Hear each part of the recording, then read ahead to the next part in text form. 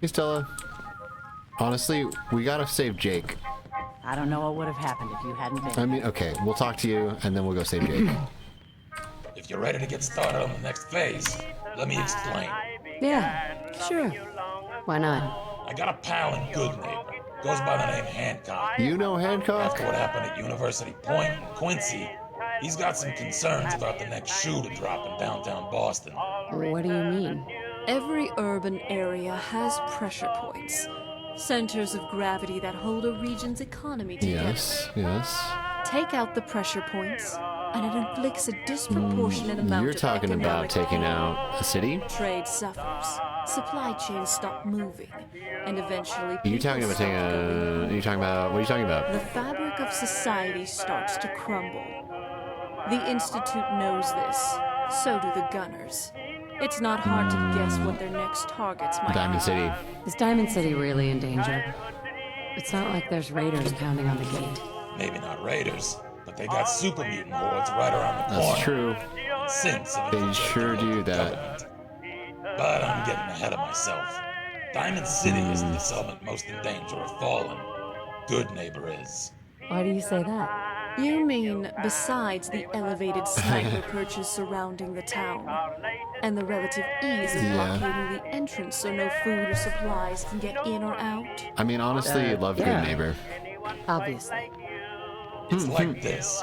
If your settlement is poor, you can't afford adequate security. If your security stinks, your enemies eventually take notice, and sooner or later, they'll either demand tribute or Yep. conquer you. So, if you want your city not to get pillaged, you need a functional economy. It's hard to pull off when your clientele is primarily low-end chem addicts Yeah. and drugs. There's no real money in catering to riffraff like that. For Good Neighbor to survive, it needs to attract a higher class of clientele. Okay, so... If you have a point, make it. Bottom line, Hancock wants to clean That's up right. Good Neighbor. Starting with the chem dealers selling drugs to kids, the thugs harassing visitors for protection money, the back alley murders, the gang activity, and the never-ending stream of Yeah, aspiring you know, scam artists. structural violence. He Get rid of the wants structural all of them violence, you gone. know? Not detained, not bargained with, just gone. Makes sense to get rid of the trash. What's the catch? As mayor, he can't be officially connected to ordering hits Yeah. of his constituency. So, he's contracted out certain jobs on the down low to a few people he trusts. That's where you come in. I need some details here. I have no idea what I'm getting into. Yeah. There's 3 jobs I want you to start with. First job is to entrap an old ghoul who's been trying to rip off Hancock. Ooh. Second one is to eliminate a Triggerman gang infesting the town's warehouses. Okay. Third task is to take out a few miscreants plaguing the local economy. You can do the jobs in any order you want. I've written down all the details on this holotape, including the local contacts to get started. Once the jobs are complete, cross them off your list and we'll move on to the next phase. And one more thing. You did us a solid with that gunner job. Yeah? Anything we can help you with in return? My son, Sean, was kidnapped. I'm looking for help to find him. Another... Man, sorry to hear that. Can you describe how he got kidnapped? We were in a vault when it happened. Vault 111. It was some kind of cryo facility. My husband was murdered. He was just trying to keep them from taking Sean, and they just Take your time. We're listening, of course, but details would be helpful. There was a man and a woman. They didn't say much, but I remember they called me the backup. The woman was dressed in, I think it was kind of a Get hazard behind your suit. labor management committee? Together we win? Wow. Some sort of Yeah, metal we're in a- brace on his arm. Weird old, One of them came right up to me. what do you call this? Bald head, scar Some across old his left eye. place that you would, I'll never forget that voice. an old corporation, Low right? and rough. Like sandpaper. Across your face. You didn't happen to get a name, did you? Oh, yeah. I heard their names, their home addresses, and where their diary keys are hidden. Yeah, kinda figured. So Vault 111 was a cryo facility? That's crazy. I headed up there once, but it was sealed shut. They had us cryogenically frozen in these pods.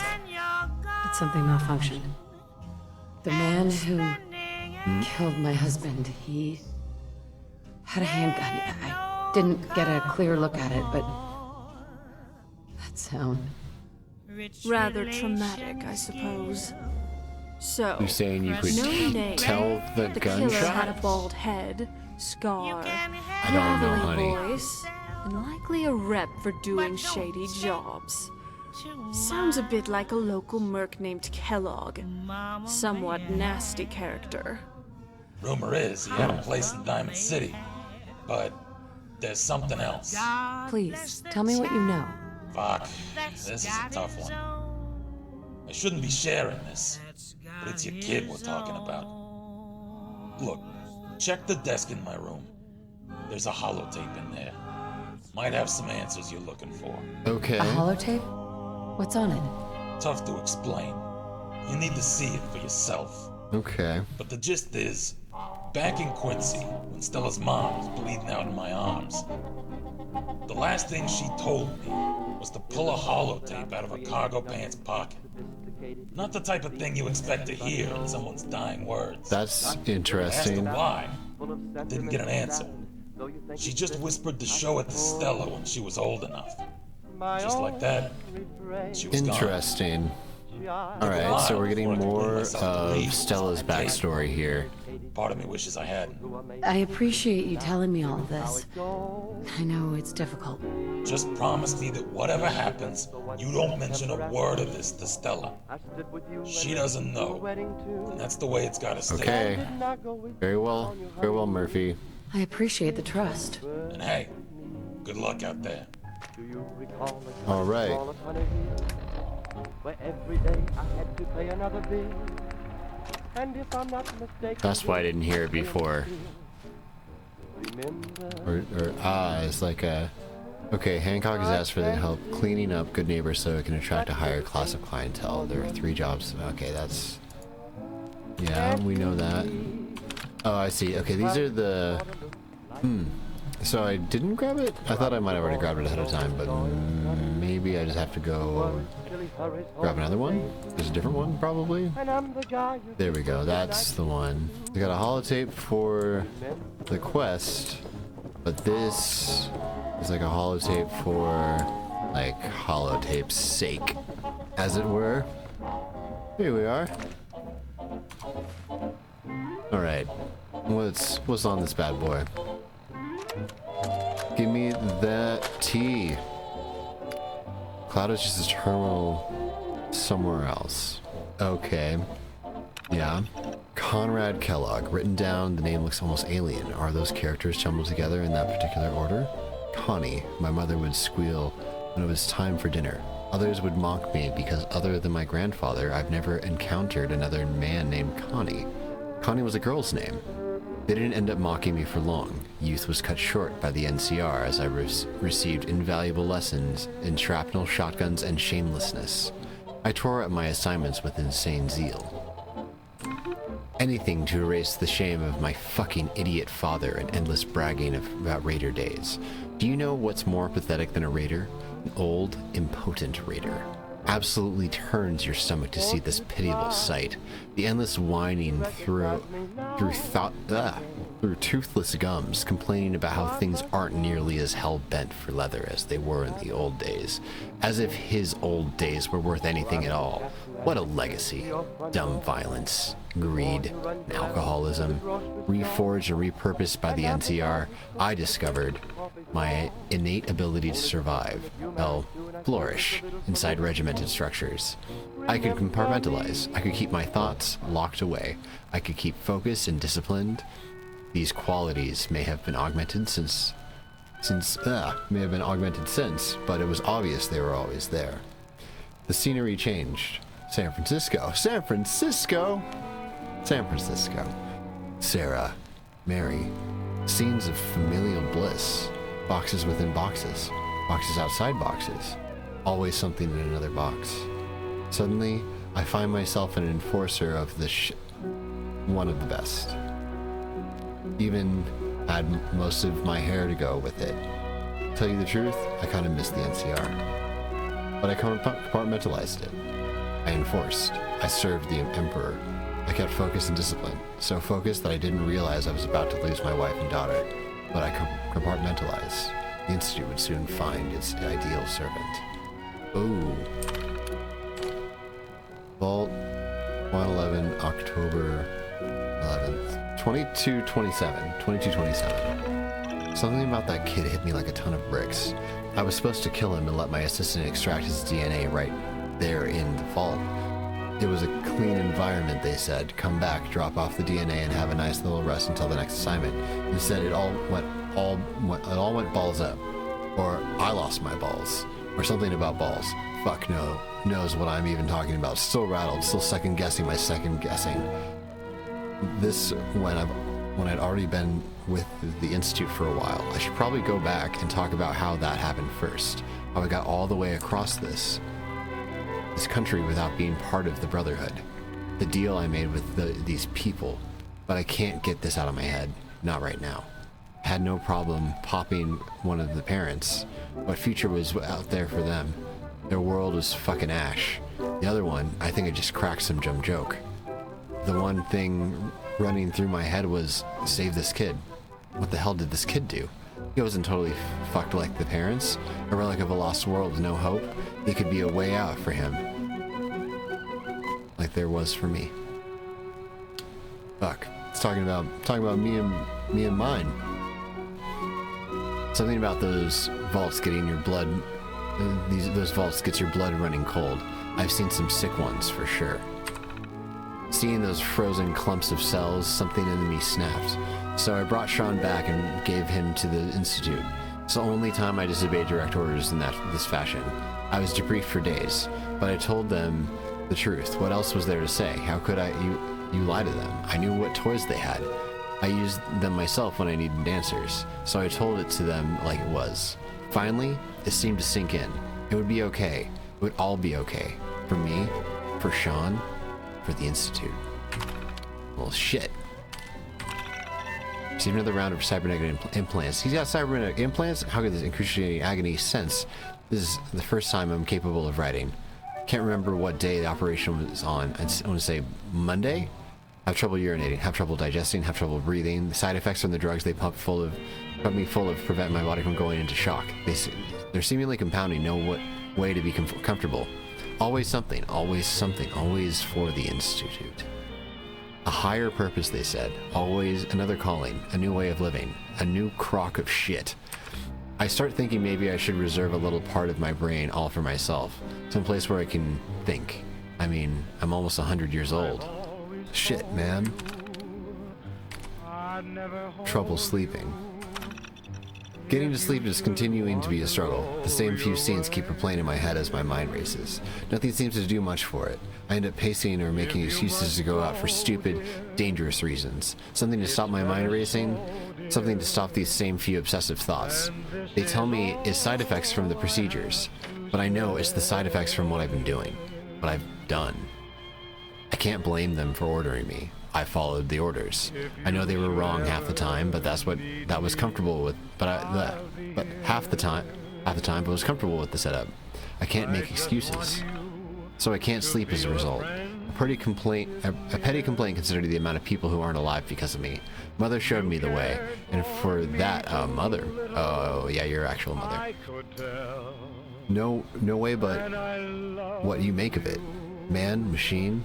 Machine man, whatever you want to call it. The gears turning and the circuits pulsing with life and keeping that life alive for year after year. I'm as old as the ghouls and look 5 times fresher. The Institute... Okay, so yeah, that does confirm ghouls have been... So there's some ghouls that have been around since the detonation. The Institute offered to grow my hair back, but fuck it. It's all that's left of my character, of me. Except those racing thoughts, of course. There may be a way to deal with those.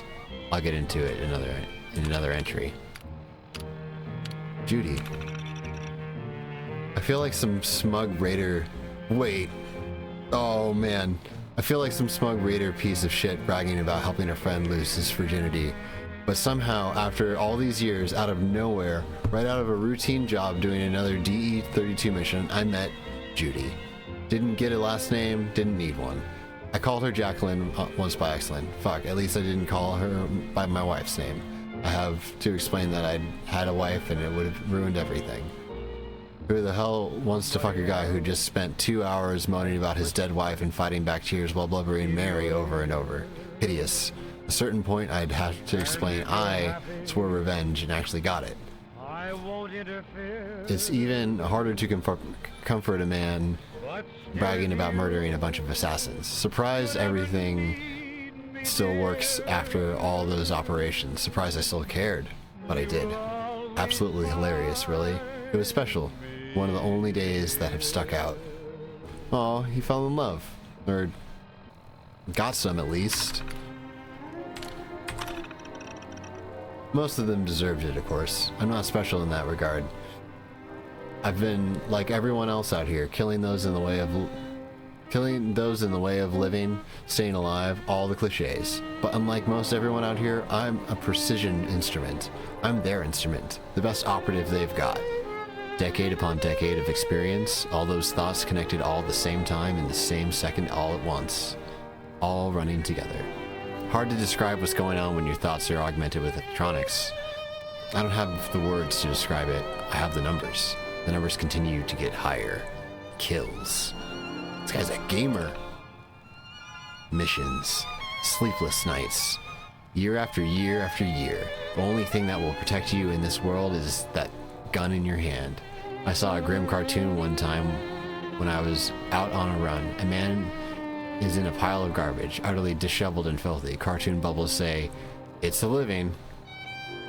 It's a living." It's been like 60 years since the Sean entry. Not how I wanted it to go down. Another one of those days I know I'll disassemble and reassemble in my head for years to come. It started pretty normal. Crisp fall sunlight with a sharp chill in the air. The assignment wasn't exactly to forge a new path for man and machine working side by side in perfect harmony. No, it was kill everyone and retrieve the tech. Man would take the machines and it was fine by me. Nothing complicated about it, satisfying, plumbing, pure craftsmanship. Blood spattering against the window, the glass shatters and embeds itself in some poor idiot's face. Bodies keep going down. Institute rifles, melting human skin again and again. Guys screaming, "Caston, get down!" as this girl was utterly torn apart. The look on his face didn't last long. He joined her a few seconds later. Horrible smell of burning flesh filled the nostril. I knew this guy named Joe was who demanded he be called Nitro in the NCR. Claimed he loved the smell of burning flesh. I don't buy it. It's completely horrible on all levels. Just something to sound tough, I guess. Nobody ever called him Nitro, not even once. The NCR. 1,000 years ago now. What have I been doing since? What compartment am I in now? I think I loathe this place. Hold on. We may have more survivors. Okay, we're finally caught up to Stella. If you're reading this, it means I never got the chance to tell you. A million apologies will never make up for that, or for me not being there to watch you grow up. But you deserve the truth. Regardless of what he did, despite what you may think of him after reading this, he's still part of you, and I can only hope you're old enough when you find this to understand that it might provide some small amount of insight into yourself. Your father and I, our short time together was beautiful, but short.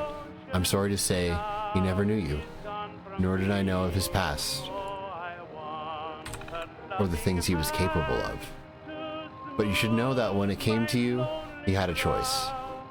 That day in University Point, when we lost our home, it was your father who saved us. He found us hiding, shivering and terrified. His eyes met mine, and then yours. He paused, briefly pondered, gazed back at you, and realized it was his own eyes staring back at him. We nodded to each other, and he directed us to safety. I gave him a goodbye hug, and as I did, I felt something in his back armor pocket. I don't remember why. Maybe it was just instinct. But I grabbed it, and now you're reading it. That was the last we saw of each other. I don't expect you to forgive me, or forgive him. All I'm offering is the truth. Know that I will always love you, and that when it mattered most, you did too. Shit, I thought that was where this was going. Okay, so Kellogg, the guy who took Sean, had a kid with this lady Judy, and Judy is dead, because we learned that already. But, so Stella is Kellogg's kid. Holy shit. Wow. Okay, cool. That's very cool. Like the lore. I will not talk to Stella about that. I will honor your trust in me. Wow. Okay. Very cool. What we're going to do is we're going to find Jake. Where is Jake?